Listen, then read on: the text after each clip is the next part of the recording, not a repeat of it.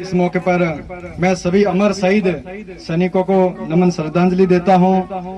सैनिक हैं, देश है तो हम हैं। और आज के दिन बहुत बड़ा युद्ध हुआ था जिसमें भारतीय सेना ने जज्बे की बदौलत उस युद्ध में फतह हासिल की थी। और आप लोग यहाँ पे विराजमान समाज के प्रबुद्धन जन, समाज के नन्हे मुन्ने बच्चे, भविष्य, मेरी माताएं, मेरी बहनें और मंचासीन सभी अतिथि महोदय का खूब खूब जोहार। सभी को मेरा सादरपूर्वक नमन, खूब खूब धन्यवाद। मैं मेरा पहले परिचय करवा देना चाहता हूँ। मेरा नाम श्रवण कुमार भील है। मैं प्रॉपर बाड़मेर से हूँ और यहाँ अभी जय नारायण व्यास विश्वविद्यालय से LLB कर रहा हूँ। लास्ट ईयर का स्टूडेंट हूँ। कल रात को ग्रुप में चर्चा चल रही थी कि प्रोग्राम है कोई सामाजिक मूवमेंट को लेकर, तो उन्होंने कोई नायक और भील डिबेट चल रही थी, तो मैंने भी कहा, मैंने कहा नायक भील है कि कुछ साथी उससे थोड़े अनबन हो गए, तो उन्होंने कहा कि आप मीटिंग में आ जाइए, फिर वहां पे अपन बात करेंगे। तो मैंने कहा बिल्कुल मीटिंग में क्यों नहीं आएंगे। तो अपने साथियों से बात की, मैंने कहा अपने को मीटिंग में किसी भी सूरत में चलना है ताकि वहाँ की वास्तविक स्थिति या फिर वहाँ के लोगों का जो सामाजिक रहन सहन या फिर उनके अंदर जो एक अलग धारणा बिठा के रखी है वो क्यों पनपी है, उसको समझने के लिए आप लोगों के बीच में आया हूँ। आप लोगों ने और आयोजन कमेटी ने जो मुझे मान सम्मान दिया है, मैं उसका ताउम्र ऋणी रहूंगा। साथियों, अभी वक्ताओं ने, नरेश जी ने, जय सिंह जी ने और साथी वक्ताओं ने अच्छी बातें बताई आपको कि समाज उत्थान किस प्रकार से होगा या फिर समाज के बीच में हम लोग अपना वजूद कैसे तैयार करें। तो मैं आप लोगों को बताना चाहूंगा कि हमारे समाज में हमारी मातृशक्ति हमारे साथ कंधे से कंधा मिलाकर चल रही है। इसका मतलब हमारे समाज का वजूद तैयार हो रहा है। अगर ये हमारे साथ मातृशक्ति नहीं होती तब हमारा समाज का वजूद शायद जो तैयार होना चाहिए वो नहीं हो पाता। आज मीटिंग में हमारी बहनें भी आ रही है, हमारी माताएं भी आ रही है। बच्चों को चुप करवाइए और मेरी बातों को ध्यानपूर्वक सुनिए, क्योंकि एक अच्छे श्रोता बनोगे तो जरूर हो सकता है आपके दिमाग में या फिर बच्चों के दिमाग में नई चीजें या फिर मुझे यहाँ से सीखने को मिलेगा। हम लोग एजुकेशन की बात करते हैं, शिक्षा प्रणाली की बात करते हैं, क्या हम अपने बच्चों को वास्तविक शिक्षा दे पाते हैं क्या? बहुत बड़ी चीज है। हम स्कूलों में भेजते हैं, वो बंदा स्कूल से वापस आधा पढ़ाई करता है, फिर गांव से निकलकर शहर की ओर जाता है, शहर में वहां पे रह के पढ़ाई करता है, नौकरी लगने के लिए मेहनत करता है, नौकरी लग के फिर अपने परिवार में आता है, लेकिन जो शिक्षा है वास्तविक, उससे उसका कोई वास्ता नहीं जुड़ पाता है। ये हम आस पड़ोस में वर्तमान माहौल में देख रहे हैं। ये इसके जिम्मेदार हम लोग ही हैं। क्यों जिम्मेदार लोग हैं? अभी जब बच्चे स्कूल जाते हैं तो हमारे माताओं का एक दायित्व बनता है सबसे ज्यादा, क्योंकि बच्चों की जिम्मेदारी या फिर बच्चों का रख रखाव एक पुरुष नहीं कर पाता है। जितना एक कुदरती शक्ति माता को दी गई है उतना वो पुरुष कर ही नहीं पाता है। तो ये माताओं के ऊपर जो जिम्मेदारी है, आप लोग अपने बच्चों को स्कूल भेजिए और स्कूल से वापस आए तब उनसे पूछिए कि बच्चे आज की तू क्या पढ़ के आया है, स्कूल के टीचर से आज तू क्या सीख के आया है। उसको समझ में आएगा कि मेरी माता मेरे से पढ़ी हुई है, मेरे से ज्यादा जानती है, इसलिए मुझसे पूछ रही है। उसके मन में एक भय बैठेगा, फिर वो पढ़ना शुरू करेगा, फिर वो समझना शुरू करेगा। फिर आप लोगों की जिम्मेदारी बनती है कि बच्चों को अच्छे से नहलाकर, अच्छे से उसको कपड़े पहनाकर स्कूल भेजिए, ताकि एक बच्चों के अंदर जो एक संकीर्ण सोच है, एक जो गलत धारणा बैठ जाती है, उससे वो बाहर आएगा कि मैं एक अच्छा हूँ, मैं एक अच्छे कपड़े पहन के स्कूल जा रहा हूँ, दूसरे बच्चों से मैं अच्छा लगता हूँ। तो जो टीचर लोग भी होंगे ना, वो भी आपके बच्चों को तवज्जो देंगे, वो भी आपके बच्चों को मान सम्मान देंगे, पढ़ाएंगे। अगर उसको समझ में नहीं आ रहा है तब उसको पास में बिठा के समझाएंगे। तो ये जिम्मेदारी आप माताओं की है। मुझे खुशी हो रही है कि आज आप लोग हमारे साथ पे यहाँ पे बैठे और मुझे ये बात आप लोगों को बतानी पड़ रही है। मैं भी एक माँ से जन्मा हुआ हूँ, तो मैं इस चीज को समझ सकता हूँ कि माँ के पास जो एक कुदरती शक्ति है, आप उसका प्रयोग कीजिए और अपने बच्चों को एक सही एजुकेशन दीजिए। क्योंकि कोई भी माँ बाप ये नहीं चाहता कि मैं मेरे बच्चों का भविष्य खराब करूँ, कोई भी माँ बाप नहीं चाहता। तो आप लोगों के ऊपर बहुत बड़ी जिम्मेदारी कि आप अपने बच्चों का भविष्य खराब ना करें। और अगर वो शहर में भी पढ़ने जाता है तब आप उनसे लगातार संपर्क बना के रखिए। आप उनसे पूछिए, विचार विमर्श कीजिए कि तू पढ़ाई कर रहा है, क्या कर रहा है, नौकरी लगेगा या फिर बिजनेस करेगा। इस प्रकार के आप लोग जो एक कनेक्टिविटी और उनसे जुड़ के रहोगे ना, तो उससे उस बच्चे का भी हौसला अफजाई होगा, आपका भी समर्पण रहेगा, उस बच्चे का भी समर्पण रहेगा। और अभी भाई साहब कुरीतियों की बात कर रहे थे, नरेश जी, सामाजिक कुरीतियां हमारे समाज में परंपराएं चलती थी पहले, हो सकता है उस टाइम समय के हिसाब से सही हो गई होगी, लेकिन वर्तमान में समय में बहुत ज्यादा परिवर्तन हो रहा है और समय के साथ साथ हम लोगों को भी चलना चाहिए। अब जैसे हवा का झोंका आ रहा है, हम हवा के झोंके के विपरीत दिशा में चलेंगे तो हम अपना नुकसान करवाएंगे। अगर हम हवा के झोंके के साथ साथ चल रहे हैं तो हो सकता है हम लोग भी सही दिशा में जाएं।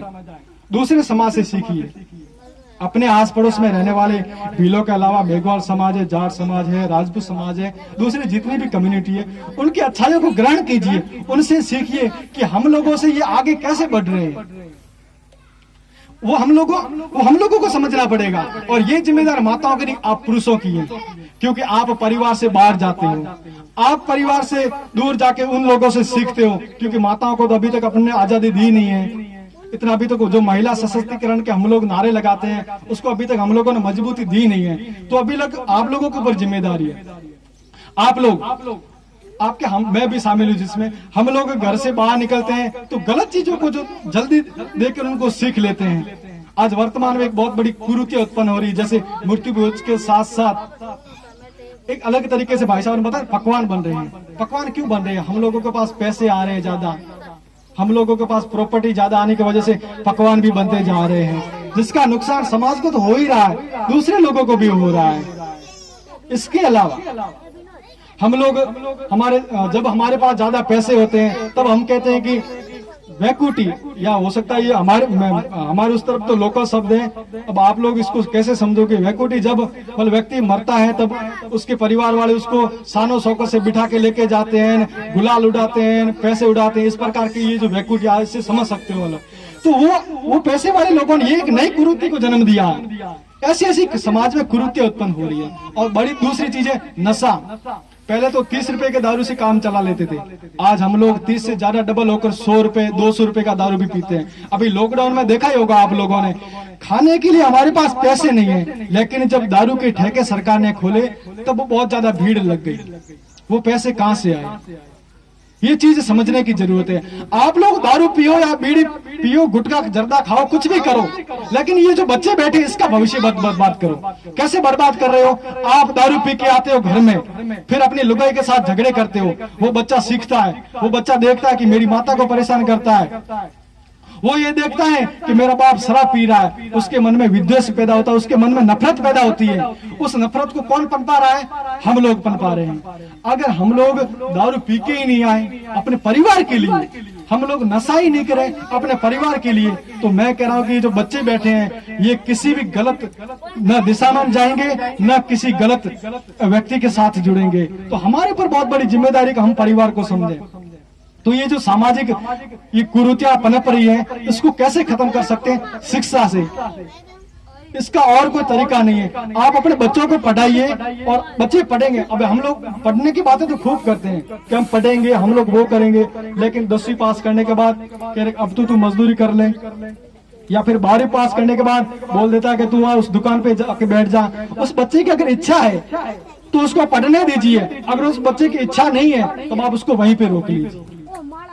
और अभी जो नायक और भील समाज का जो मैटर चल रहा है, मैं तो जोधपुर आया तब मुझे पता चला, मैडम ने मुझे अच्छी खासी इसके बारे में जानकारी दी कि नायक क्या होते हैं, भील क्या होते हैं, एक ही चीज है, लेकिन यहाँ पे थोड़ा अलग माहौल हो गया। ये षड्यंत्र आज नहीं, सदियों से चलता आ रहा है। हम लोग रामायण महाभारत काल, उस काल में भी देखते हैं ना, हम लोगों को असुर कहते हैं, हम लोगों को राक्षस कहते हैं, हम लोगों को दैत्य कहते हैं, हम लोगों की पहचान गलत बताते हैं। वो क्यों बताते, उसको समझने की जरूरत है। आज हम लोगों की जो ताकत को तोड़ने का प्रयास किया जा रहा है, चाहे वो भील नायक हो या फिर भील स्वामी रंगा स्वामी हो या फिर भील, अलग अलग तरीके से वो ताकत को तोड़ते हैं। उनको पता है कि ये लोग एकजुट हो गए, ये लोग समझदार हो गए, कल हमें नुकसान हो जाएगा। गंगानगर साइड, हनुमानगढ़ साइड ऐसी कैटेगरी नाम से रिजर्व सीटें आती है, सरपंच की हो, पंचायती राज विभाग में हो या फिर विधानसभा की हो या फिर लोकसभा की, रिजर्व सीटें आती है और वहाँ पे 80 की आती है, जबकि वहाँ पे नायक समाज बहुवात मात्रा में पाया जाता है। भील अपने को पता है, लेकिन उनको 80 कैटेगरी में, उसका फायदा कौन उठाते हैं? दूसरे लोग उठाते हैं। तो ये जो हमारी पहचान है वर्तमान, उसको समझना पड़ेगा।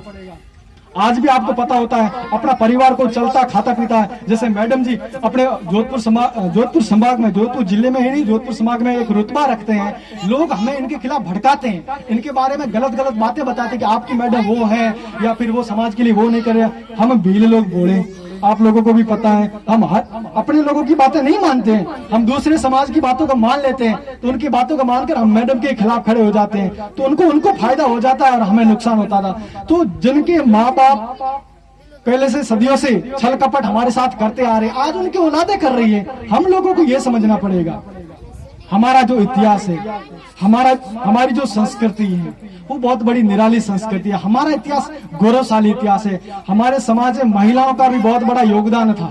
हमारे समाज में महिलाओं ने भी पुरुषों के साथ कंधे से कंधा मिलाकर लड़ाइयां लड़ी। आपने अभी कल ही हमारे फूलन देवी के शहादत दिवस थी, उन्होंने उन बलात्कारियों के खिलाफ अपने आप को खड़ा किया और उनसे बदला लिया जो समाज के लिए कलंकित थे, जिन्होंने हैवानियत को भी शर्मसार कर दिया, मानवता को भी गिरा दिया, उन लोगों से बदला लिया। ऐसे ऐसे हमारे समाज में वीरांगना हुई झलकारी बाई का नाम सुना होगा, जिसने झांसी की रानी लक्ष्मीबाई को भी बचाया और अपने इतिहास में उनका नाम तो लुप्त हो गया, झलकारी बाई का नाम तो दब गया, लेकिन उन्होंने अपना नाम दबा के भी झांसी की रक्षा की। झांसी जो मध्य प्रदेश में, और अंग्रेजों के टाइम में हमारे आदिवासी वीरांगनाओं ने, महिलाओं ने, बच्चों ने, पुरुषों ने, हर किसी ने मुकाबला किया। लेकिन उस मुकाबले का आज वर्तमान में अस्तित्व क्या, उसको समझना पड़ेगा। हम लोगों की गलत पहचान बताई जाती है कि तुम लोग ये जो तीर कमान लेके चलते हो या फिर गुलेल लेके चलते हो, तुम लोग जो ये दूसरे हथियार लेके चलते हो, ये गलत तरीके से उन लोगों ने उसकी पहचान बता दी। अब हम तीर कमान लेके चलते हैं या गुलेल लेके चलते हैं। बच्चों को साइड 2 मिनट चुप करवाओ, बात रख रहे हैं। अगर आप मेरी बात को सुनो, फिर उसके बाद बातें करना, फिर आपके पास खूब टाइम है। छोड़ो, आराम से बैठ जाओ। हम लोगों के बारे में, तीर कमान के बारे में बताया था कि ये तीर कमान आप लोग जंगली जानवरों को मारने के लिए और शिकार करने के लिए यूज में लेते थे, लेकिन इसके पीछे हकीकत चीज क्या है। हम लोगों के घर में गुलोल हम लोग यूज करते थे, गोफन यूज करते थे। ऐसे हमारे आदिवासियों के भीलों के पौराणिक अस्त्र शस्त्र थे, वो हम अपने दुश्मनों को मारने के लिए, अपने परिवार की रक्षा करने के लिए उन हथियारों का यूज करते थे। लेकिन गैर आदिवासियों ने, उन लोगों ने हम लोगों के दिमाग में ये धारणा बिठा दी, जिस प्रकार से अभी बिठा रहे हैं ना कि ये नायक तो अपने आप में सुपीरियर है, नायक अपने आप में ऊंचे हैं, भील नीचे हैं। इस प्रकार की धारणा बिठा रखी, इस प्रकार की धारणा पहले पे भी बिठा रखी थी। इस धारणा को कौन बदलेगा? ये हम युवाओं को बदलना पड़ेगा, क्योंकि जो समय बीत चुका है उसको हम परिवर्तित कर नहीं सके। आगे जो आने वाला जो समय है उसको परिवर्तित करना हमारे ऊपर बहुत बड़ी जिम्मेदारी है। और वो कब करेंगे? जब हम एक दूसरे के संपर्क में आएंगे। और ये जो संगठन बन रहे हैं, अभी बताया कि संगठन बन रहे हैं, संगठनों का निर्माण होना चाहिए, लेकिन इसके जो दुष्परिणाम है वो बहुत ज्यादा सामने आ रहे हैं। मैं युवाओं से बात करते हुए कहना चाह रहा हूँ कि जो हम जो संगठन का निर्माण कर रहे हैं वो हमारे हित में, हमारे खुद के स्वार्थ के लिए हम जो संगठनों का निर्माण कर रहे हैं वो समाज के लिए नुकसानदायक है। आप संगठन बनाइए, एजुकेशन के फील्ड से संबंधित आप संगठन बनाइए, सामाजिक फील्ड से संबंधित आप एक संगठन बनाइए, लेकिन आप वो समाज के भले के लिए बनाइए। समाज का जब भला होगा तब आपके संगठन का भी भला होगा।